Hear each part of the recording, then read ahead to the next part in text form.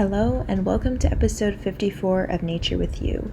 This episode will be the next in the Nature in the Movies series, co-hosted by my friend Jackson, and we will be analyzing environmental themes in Jurassic Park. Jurassic Park is directed by Steven Spielberg and I think is one of the best movies ever made. A wealthy entrepreneur secretly creates a theme park featuring living dinosaurs drawn from prehistoric DNA. Before opening day, he invites a team of experts and his two eager grandchildren to experience the park and help calm anxious investors. However, the park is anything but amusing as the security systems go offline and the dinosaurs escape. Enjoy the episode.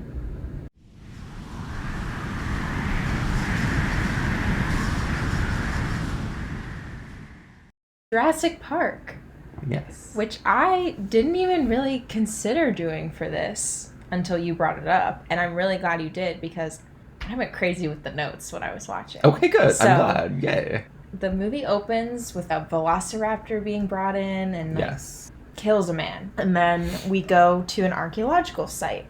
So I first wanted to talk about archaeology, or paleontology, which isn't really the focus of this, but obviously the main character, that's his profession. And for like environmental purposes, just thinking about all that excavation and digging and like disturbing of the land was just on my mind. And even how they decide where to dig and who owns the land and stuff is just interesting to think about.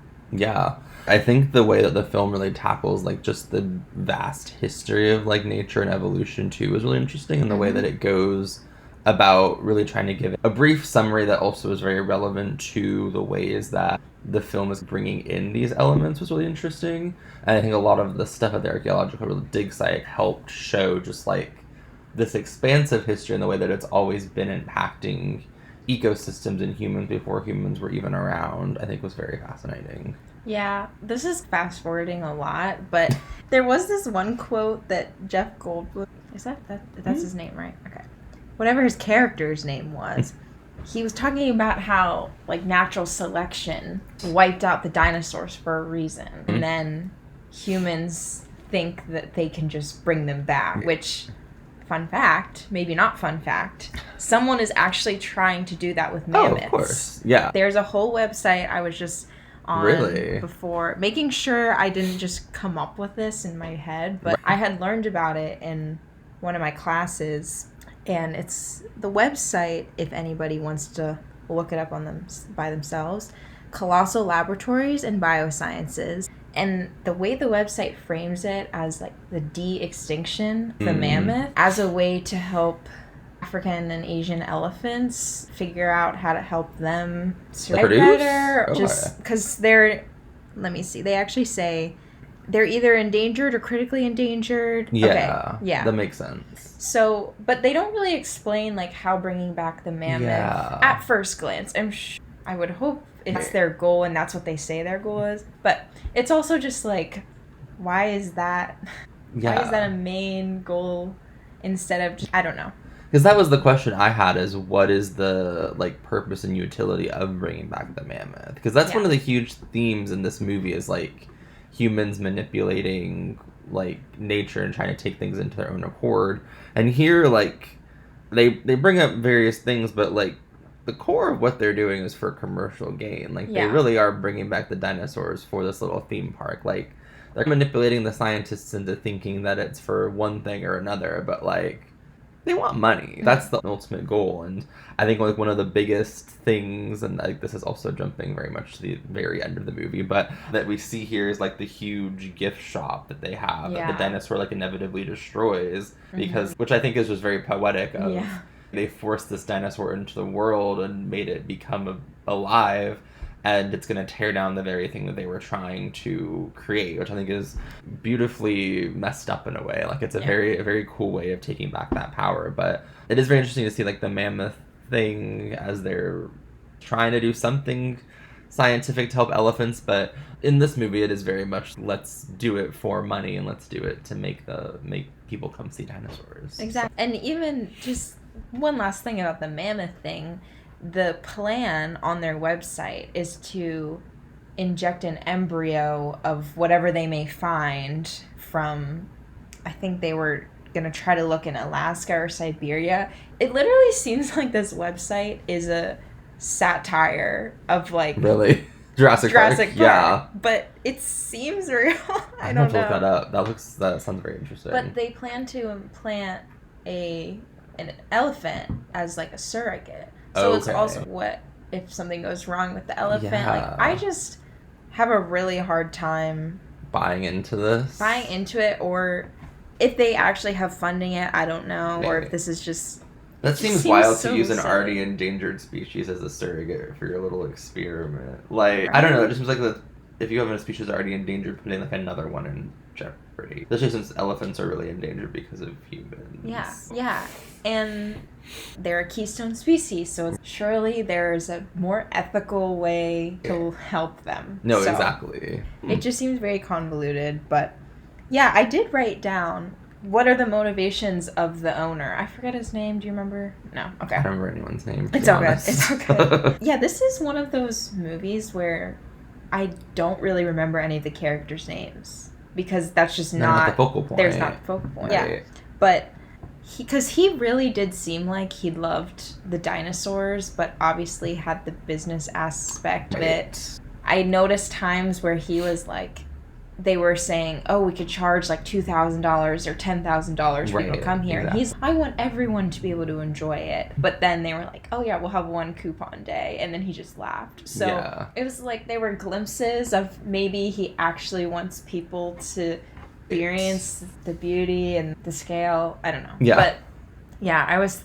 trying to think about what his motivations were through the whole thing. I think it's definitely, again, like, it's all money driven, not even necessarily that he wants money, but he just has money and decides that, oh, this is some like cool thing that I've always wanted to do, and like I'm just gonna go and do it, right? Like we see rich people all the time take things into their own hands just because they can. And here again, it's like that idea of, are we just manipulating things to manipulate them, or is there actually behind what we're doing? And there's a purpose for them.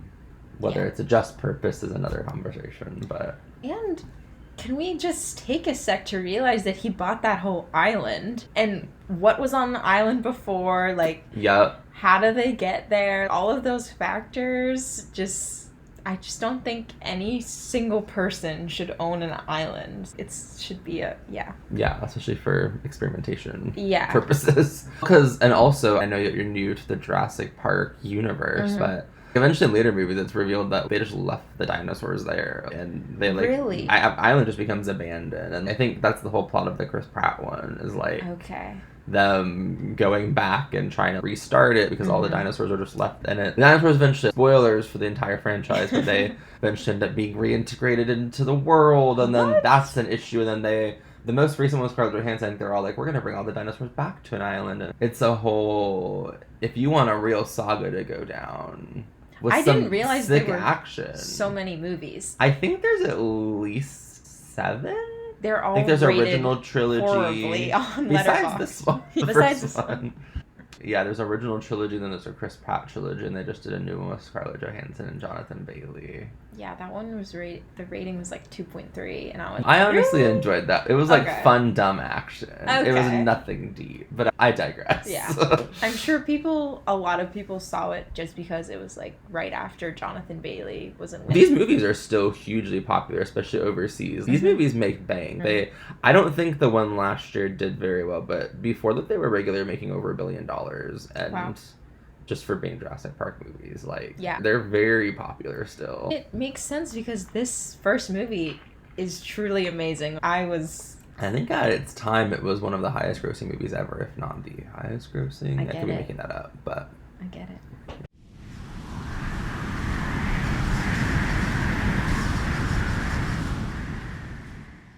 Going on just the technology that they created regarding the genetic aspects, it was interesting that nobody questioned using that for maybe better reasons, like human health or maybe cancer research or something. Right. I know you can't incorporate all of this into one movie, but it was just like, of course humans would use it for an amusement park, right, and not solving world issues. And it's really interesting too that they specifically made the dinosaurs so they couldn't breed. I thought that was a very interesting thing. Like, did they say that they were all females? Did I make that up? All females. Yep. So I thought that was very interesting too, because it's like, we're making this technology, but we can only at our hand. It can't even be like passed down to anyone else. And that's not how nature works. Nature adapts. Same thing. Jeff Goldblum's character said nature will find a way, and he was proven right, because they had a gene from a type of frog that can change their sex in specific situations or whatnot.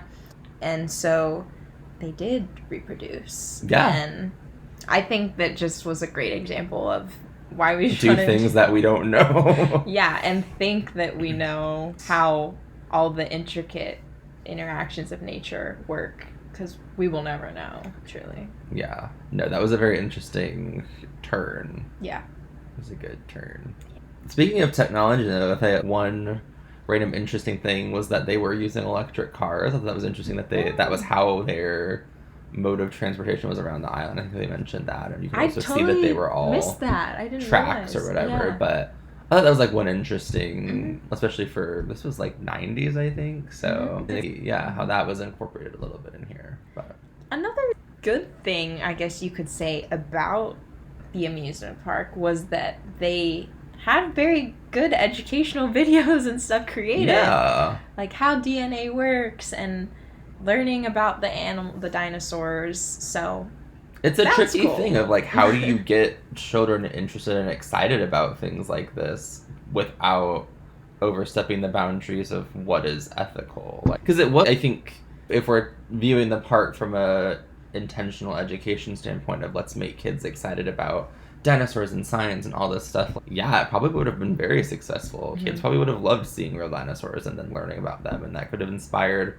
a whole generation of scientists. But at what cost, and is it safe, and is this the best way to inspire scientists? So it is that interesting parallel, but you're right, that was a definitely huge aspect to it.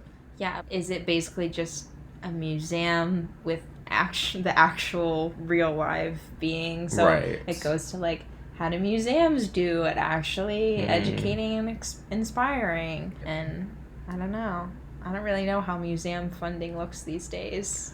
I would guess bleak. I would guess bleak based off of everything else. I don't think funding for anything looks great right now. Good point. So Good point. I would guess not amazing. Yeah. Especially in the natural sciences. Yeah, I went to the Natural History Museum like twice in the past few months, and I was pleasantly surprised at all the climate change incorporations. You need to be careful putting that out on the internet. I know. Maybe they've just missed it. I know. Because so many things got wiped from so many other monuments or museums. Yeah. So I was very surprised, and you're right, maybe they just didn't notice until then. Keep it a secret. Yeah.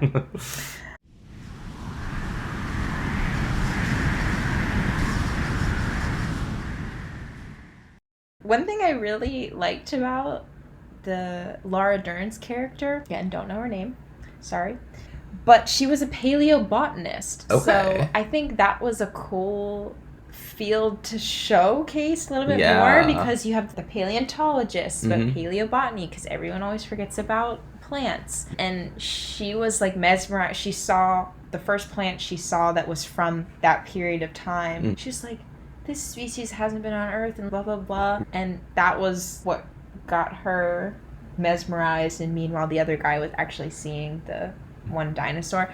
I thought it was just a cool moment for the plants. No, I agree. I think it's really interesting to have that perspective and that idea of... Because you're right, they weren't just bringing back dinosaurs. They were really trying to bring back the entire Jurassic era. That was really cool. Yeah, I wonder how... I just don't understand. I know it's fake, but how it all survived, because the climate always shifts and it's very different now. Yeah, so I don't know. It was just just got me thinking about how they tried to recreate the whole ecosystem But then what about all the bugs and all the decomposers, all that stuff? Maybe that stuff was tossed. Or maybe it was. I think you're bringing up really good questions of what were the ways to prepare the island? How did they get it ready? I know this is based on a book, so I don't know if there's more detail or more. I honestly don't know anything about the books. I don't know if there's more environmental detail in the book or anything, but these are like very fascinating questions. Like, what did they? Yeah. Like, how did they really pull this off? The movie can only show us so much. What did they actually do? And it did a great job of showing us. Yeah. I like how we got to follow. I actually think his name was Alan, maybe like Dr. Grant, Dr. Alan Grant. I think. Something that I've heard. I like how we got to follow him when he was with the kids because he really knew how to behave in all the different settings that they got put in. He knew to stay still at the T-Rex and just throw the whatever those things are called, flare. And you could tell he really understood and respected the ecosystem and the creatures. And I think that shows like how he was successful and the kid in the best hands with him. Yeah. Now that we're talking and we can't remember the characters' names, I think it's really interesting because I'm just thinking of the marketing of the newer movies, right? Because I obviously wasn't alive when the first one came out, but I have cognizant memories of the most recent ones, and those have been a lot more human-centric. Chris Pratt or Scarlett Johansson are both in the front. They're out here as the main thing on the poster, but when you think about Jurassic Park, it's just the red circle with the dinosaur, and it's very, I think the nature is a lot more the focus of the movie, whereas the character is the focus of the later movies. So I think it's a very interesting dynamic shifting from the 90s to 2010s. Yeah, and I would have to say the logo reveal, the first logo reveal was so good. Yes. They opened the Jeep door, it's just right on the logo. I was like, chef's kiss, this was great. And yeah, we love shots like that. I've been to the location they filmed a few of the parts. When they're like the smaller dinosaurs that run in a herd, something like that. They jump over a log and hide behind it. I saw that log. I have a picture by that log. Yeah. Where is it? On Oahu in Hawaii. Nice. So there's a tour you can do of different movie sets. Oh, that's fun. Okay. Makes sense now that we have this podcast that I was so into it. I love that for you.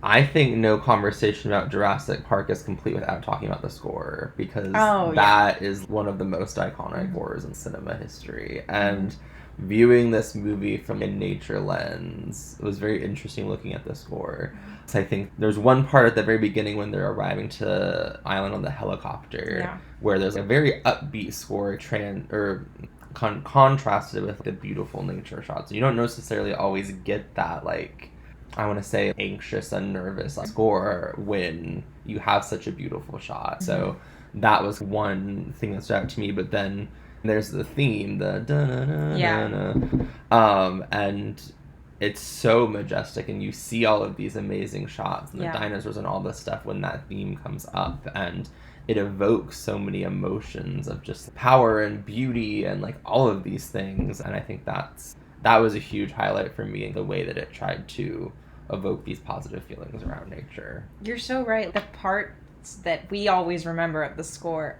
are like the big wide nature shots. Exactly. Because they know that's the real beauty right there. Exactly. Yeah. That's really cool. Yeah. I'm glad you brought that up. Yeah. No, it is the movie. Do you know who did it? John Williams. Oh, okay. Duh.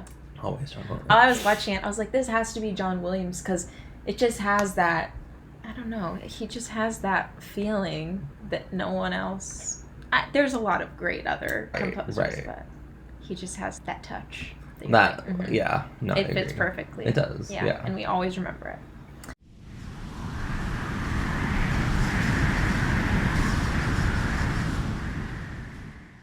We haven't really talked about the velociraptors, but I thought it was interesting that they were like the main species that everyone was concerned about, not like the big T-Rex. And the T-Rex kind of swoops in to save them from the velociraptors. And so I think specifically with them, humans really underestimated their ability to adapt, because they outsmarted the human cages and yeah mechanisms multiple times. So I think we've already touched on it, but it really just shows that we often underestimate the ability of nature to adapt and figure things out.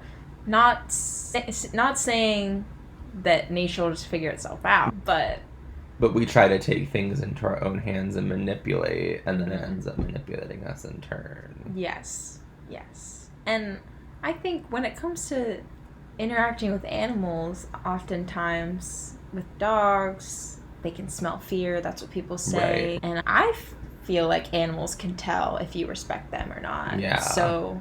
Oh, they definitely can. Yeah. So I had that conversation with one of my friends yesterday. She was like, I don't know what I did to raise my dog to be energetic and wild. And I was like, you probably just gave him love. You probably were just nice to him. It's probably a good thing, because you don't want your dog to be like cowering in a corner, because then they know that you're not going to be like, they learn just as much as us. Like the animal can show its personality. My field is built on Pavlov's dogs. Oh my gosh, so true. Exactly. You're right. They learn in their own ways, and even if nonverbal, they still know. Yeah.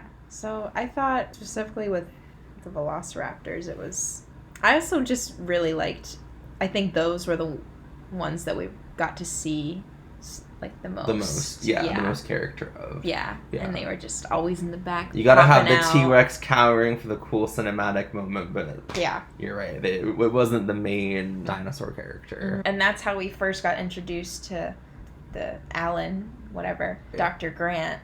He was explaining to a kid who was like, how are these fossils even cool? And then he was going into a whole story about what the velociraptor would do to, which I think was great. I love maybe I shouldn't, but I love talking to kids about what really happened in the natural world, because you can do it in a better way. Of course. But I think, because that's just the way the world, I don't know. When things change so rapidly, continuing those stories of like the world is really important, just in a general sense, too. And you get that sense of, oh crap, this is scary, because they will do what they need to do to survive, and that's how nature works. It is. All right, let's see what else I have. They talked a lot about birds being descendants of dinosaurs, but I didn't really do too much research into that, so I don't really have much to say. I know that's a thing. I know that chickens are the closest, but I feel like that's a pretty common thing. Yeah. And Alan kept bringing it up a lot. Makes sense for him. Yeah, it makes sense for him. I see the vision. Because he was constantly trying to get people to connect with with the dinosaurs. Yeah. Dinosaurs are animals. I keep almost saying animals, but saying they dinosaurs. are. Yeah, but from a while ago. Yeah. I just wrote down some other quotes that I really liked. The owner was saying that he wanted to make something so that people could see something real, something they can feel and touch. And I was just like, what's wrong with going outside and doing that with trees or in a forest? So it seemed like he was more so making his legacy, not just doing it for the dinosaurs. Was the owner Richard Attenborough? Yes. Okay. I'm with it now. Yes. He was always like in a white linen shirt, I feel, and a hat with a cane. Yeah. I'm with it now. And obviously the icon Laura Dern saying, dinosaurs eat man, women inherits the earth. I loved that. And they were so preoccupied in figuring out if they could that they never stopped to think if they should. Humans do that a lot. That's a great quote. Yeah, Jeff Goldblum's character had a lot of good quotes.